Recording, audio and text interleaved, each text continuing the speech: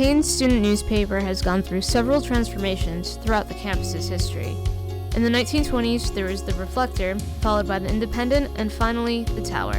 Kane's archivists began digitizing nearly 100 years' worth of these publications, which are available to view on the Nancy Thompson Library's Digital Media Collection website.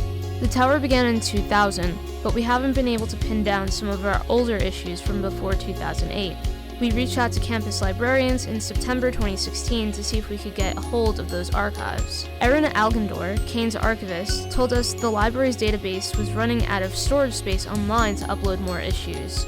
Staff at the Tower have decided to help out and upload these older issues to our own online databases. We found out we're running out of space on it's called Content DM is the name of the program that all of the newspapers and yearbooks and a few other collections are posted on. So now we've come to the decision of whether we should pay for more storage space or limit how much goes online. Claire Hendry, an academic specialist, was responsible for scanning and digitizing issues of the Tower.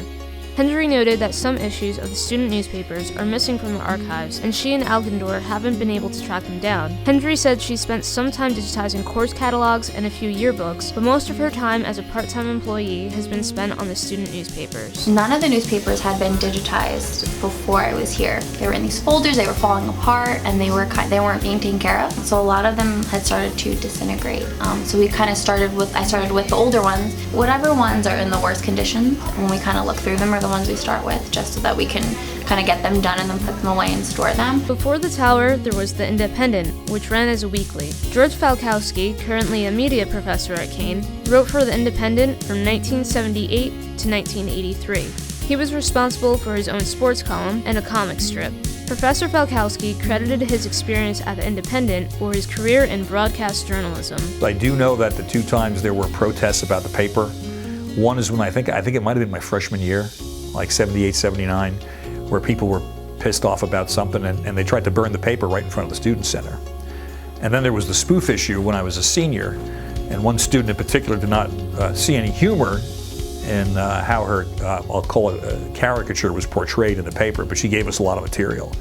And she got so upset that she literally had a shopping cart and was marching around campus picking up stacks of Independents from all over campus to throw them away or burn them. The Independent, which was then funded by student government, ceased publication in the late 90s. Staff wrote a critical editorial about student government, and in turn their funding was pulled. That's when David Treadwell, a former Associated Press reporter, stepped in. Lois DeSocia worked at the Tower in the early 2000s and is currently one of the advisors. The newspaper at the time was the Independent, and there was censorship.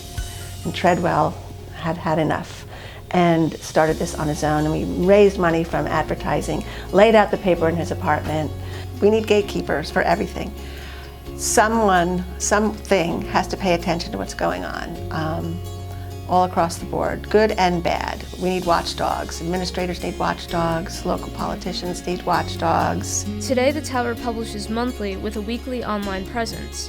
Through collaborating with Kane's archivists, we've obtained earlier issues of the Tower and uploaded them to our own archives online. To learn more, visit kutower.com and click on Print Archives.